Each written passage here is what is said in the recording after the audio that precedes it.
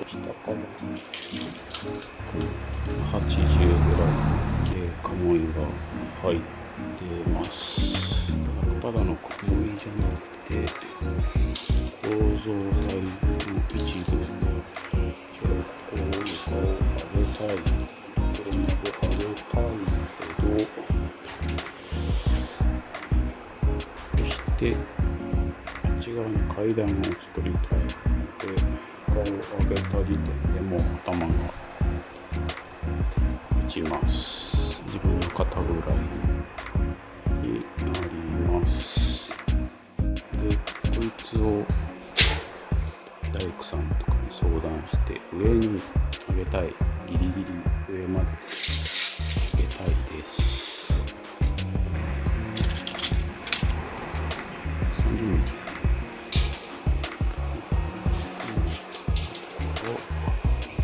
上の床材までは2480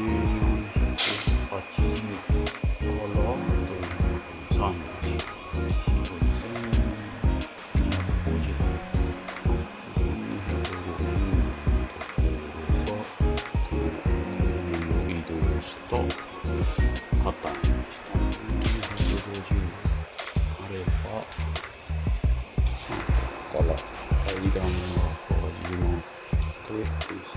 段上がったとしても頭は打たないかなと予想しています。とりあえずこの家紋が上に上げられるといいなという感じです。これは上げられないとちょっと間取りをまた変更しないといけません。さて、もう40近くになってきたので、事務作業でもしたいと思います。